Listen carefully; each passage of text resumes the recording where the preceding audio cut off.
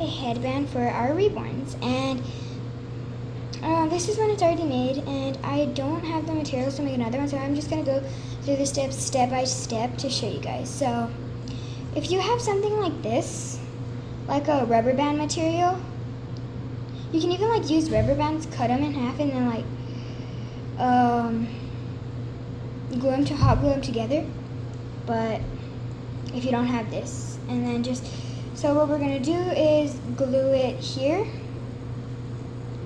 and then it would have to be like maybe 3 rubber bands if you're doing that. But then what we're gonna do, you see super glue here, but because I actually made it too big, and for Serenity, my reborn baby's head, it was too big, so that's an easy fix for her. She's just all you have to do is cut it.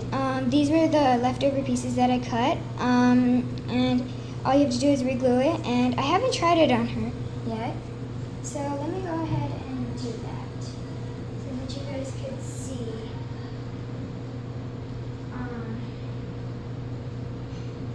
So she has another headband, but I just made her another one. So what we're gonna do is try it on her.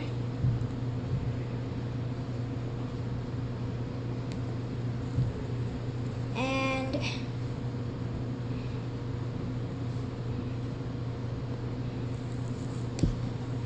she looks adorable. You can either put it in the front, right here, or you can put it on the side. Either side, it doesn't matter. I like it on both. So that's how you make a reborn headband. Bye.